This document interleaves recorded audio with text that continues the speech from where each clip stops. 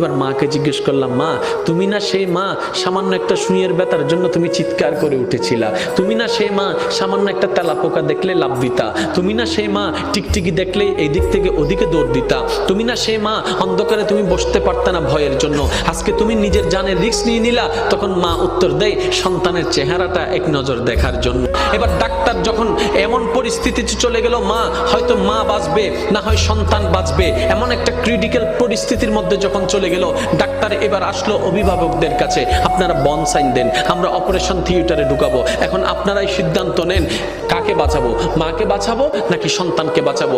একে জিজ্ঞেস করে, এ বলে যে মাকে বাঁচাও, ও বলে যে মাকে বাঁচাও, ও বলে যে মাকে বাঁচাও, ও বলে যে মাকে বাঁচাও। কারণ সবার মাথার চিন্তা, মা যদি বেঁচে থাকে সন্তান আবার আসবে, মা যদি বেঁচে থাকে সন্তান আবার আসবে। সবার একটি কথা, মাকে বাঁচাও, মাকে বাঁচাও, মাকে বাঁচাও। এবার ডাক্তার কৌতূহল বশত মাকে একবার জিজ্ঞেস করলো,